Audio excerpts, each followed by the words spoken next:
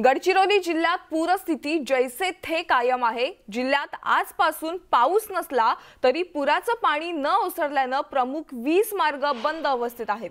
वैनगंगा नदीच्या पुरामुळे गडचिरोलीचा नागपूरशी तर दक्षिण भागातील 5 तालुक्यांचा जिल्हा मुख्यालयासह चंद्रपूरशी संपर्क तुटलेला आहे, तर इतर तालुक्यांना देखील जोडणारे राज्यमार्ग बंद आहेत। याबाबत आपल्याला अधिक माहिती देत आहेत गडचिरोलीचे आमचे प्रतिनिधी महेश तिवारी। महेश, गडचिरोली जिल्ह्यात जरी पाऊस नसला तरी पुराचं पाणी अद्याप ओसरलेलं नाहीये, सध्या जिल्ह्याची काय स्थिती आहे? महत्त्वाचं म्हणजे पाऊस थांबला असला तरी जिल्ह्यातली 20 मार्ग अद्याप बंद आहेत। सगळ्यात महत्त्वाचं म्हणजे गोसीखुर्दचं जे पाणी सोडण्यात आलं होतं त्यामुळे वैनगंगा नदीला पूर आलेला आहे आणि वैनगंगाच्या ज्या उपनद्या आहेत, पाल नदी असेल, शिवनी असेल, या नद्यांना पूर आहे। त्यामुळे गडचिरोली आरमोरी मार्ग बंद असल्यामुळे नागपूरशी गेले 3 दिवस गडचिरोलीचा वाहतुकीचा संपर्क पूर्णपणे बंद आहे।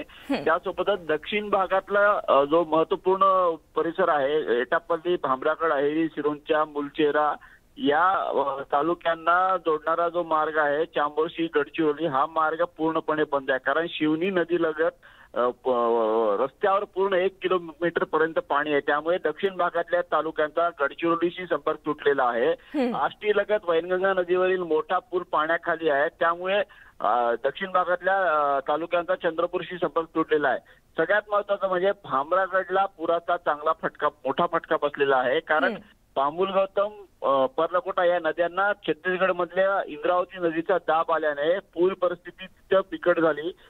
भामरागडमध्ये पुराचं पाणी शिरलं आणि भामरागडच्या चारी बाजूला पुराच्या पाण्याचा वेढा आहे। दुसरी महत्त्वाची बाब म्हणजे तिथे वीज पुरवठा आणि मोबाईल सेवा 3 दिवसापासून ठप्प आहे। नेमकं तिथं काय घडत आहे कोणालाच कळायला मार्ग नाही। जिल्हाधिकारी संजय मीना, एसपी अंकित हे सॅटेलाइट फोनवरून तिथले परिस्थितीच्या संपर्कात आहेत। मात्र काल संध्याकाळी उशिरापर्यंत प्रशासनाचा सॅटेलाइटवरूनही संपर्क झालेला नाहीये। मात्र छत्तीसगडमध्ये इंद्रावतीचा जोर ओसरत असल्याने पूर आज कमी होईल अशी अपेक्षा प्रशासनाला आहे। नेमकं आता काय होईल, पाऊस जर आला नाही तर परिस्थिती सुधारू शकते। मात्र अतिदुर्गम जी गावं असतील त्या गावांचा तालुका मुख्यालयाशी संपर्क तुटलेला आहे। कारण ही महत्वाची मार्ग मी तुम्हाला सांगितले, पण इतरही मार्ग जे असे आहेत ते तालुका मुख्यालयाला जोडणारे। धन्यवाद महेश, या सविस्तर माहितीसाठी। तर सध्या आपण पाहतोय गडचिरोली जिल्ह्यात जरी पाऊस नसला तरी पूरस्थिती जैसे थेच आहे। पुराचं पाणी न ओसरल्याने प्रमुख 20 मार्ग पूर्णपणे बंद केलेले आहेत, तर जिल्हा मुख्यालयासह चंद्रपूरशी संपूर्ण संपर्क तुटलेला आहे।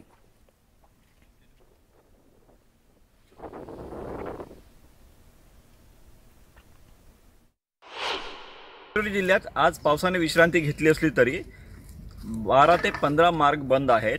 कारण गोसीखुर्द आणि इतर धरणांमधून सोडण्यात येणारं पाणी जे आलेलं आहे त्यामुळे वैनगंगा आणि तिच्या उपनद्यांना पूर आलेला आहे।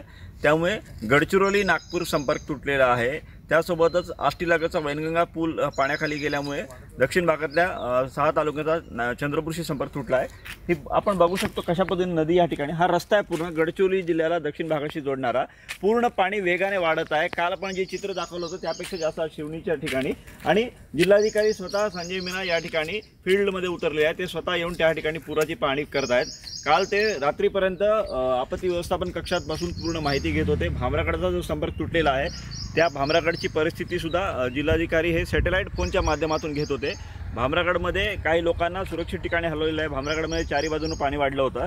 एकूणच जिल्ह्याची पूर परिस्थिती त्या संदर्भात नेमकं काय वस्तुस्थिती आहे आपण त्यांना विचारूया। सर, मला सांगा, एकूण जिल्ह्याची पूर परिस्थिती सध्या काय अवस्थेत आहे? आता तुम्ही पूर्ण येऊन इथं पाहतात पाणी वाढत आहे। ही शिवनी नदी आहे, ते आपलं जिल्ह्याचे 19 मार्ग आता बंद झालेले आहे। आपलं जे वेस्टर्न साईडच्या गडचिरोली आहे त्यामध्ये आपले 5 तालुका अफेक्ट झालेले आहे आणि गोसीखुर्द जे धरण आहे ते पाणी सोडत आहे बिकॉज त्यांच्यावरही खूप प्रेशर आहे वरकडून। तर आणि ईस्टर्न गडचिरोलीमध्ये आमच्या भामरागडला इंद्रावतीच्या खूप प्रेशर आलेला आहे। जे त्यांची कॅपॅसिटी होती त्यांच्या कॅपॅसिटीचे डबल पाणी आलेलं आहे ते. एकूण आपण बघितलं तर परिस्थितीची माहिती आता जिल्हाधिकारी संजय मीना यांनी सांगितलेली आहे. परिस्थिती काहीशी कठीण असली तरी जिल्हा प्रशासन संपूर्णपणे नागरिकांच्या पाठीशी आहे आणि एकही जीव जाऊ नये यासाठी जिल्हा प्रशासन पूर्ण ताकदीने प्रयत्न करत असल्याचं त्यांनी स्पष्ट केलं आहे. महेश तिवारी, न्यूज 18 लोकमत, गडचिरोली.